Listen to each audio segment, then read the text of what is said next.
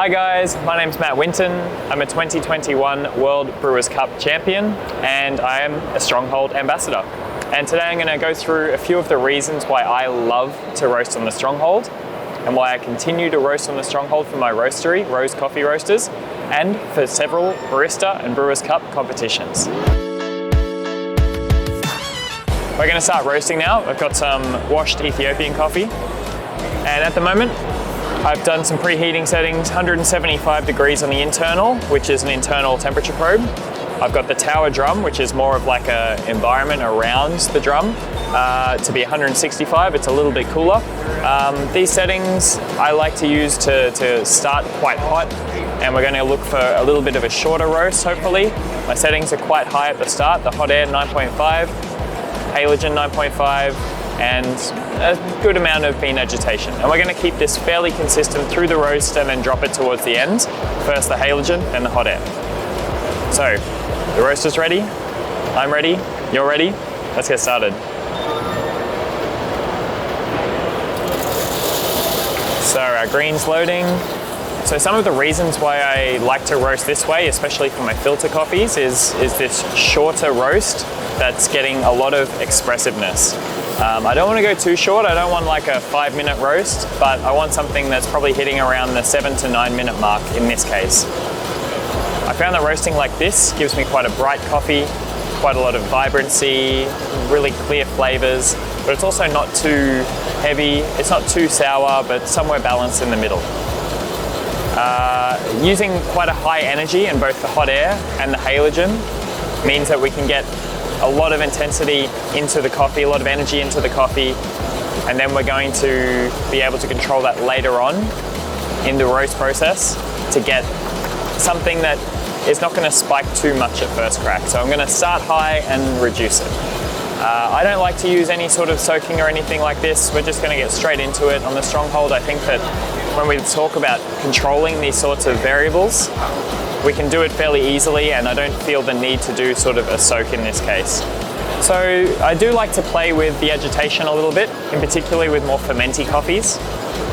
When it comes to wash coffees, we can maybe start a little bit lower if we want a little more of that conductive heat, a little bit more body into the coffee, and we can maybe use less agitation, maybe less hot air, or we can use our radiation from the halogen lamps, which is honestly the thing I love about this roasting style.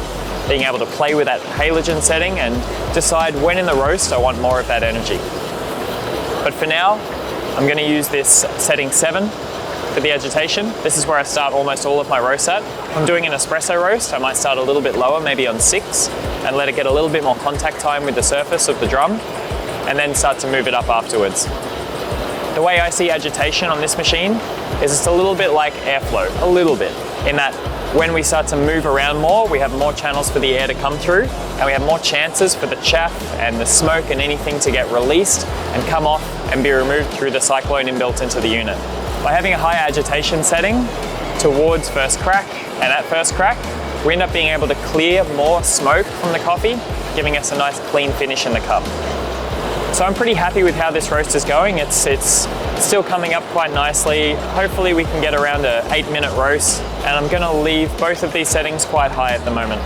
I have found that on some more fermenty coffees, naturals, anaerobic naturals, you might have to go down in the halogen earlier and up in the agitation earlier, as a lot of chaff is being released. But on these wash coffees, it's pretty clean.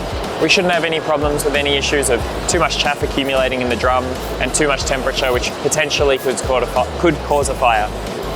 But in this case, everything's looking pretty good. So when we're coming up to around 150, I'm going to lower down my halogen.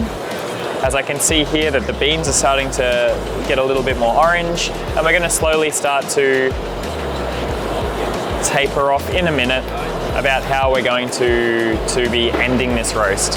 Having a lot of energy at the start is great for me, and I think we're going to start to come down a little bit more now, and we're going to go up a little bit in our agitation.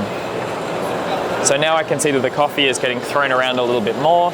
We're going to be having a little bit more airflow come through, so we don't actually even need as much hot energy. So with a higher agitation, I found I need less temperature in the hot air. But this is starting to come together quite nicely.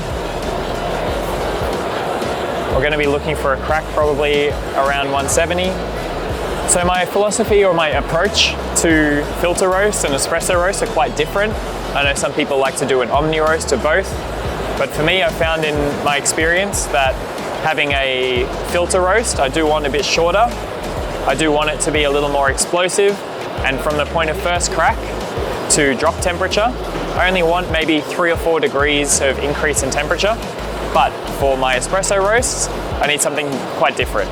I want a longer development time, maybe up to a minute 30, 2 minutes. And I also want to have a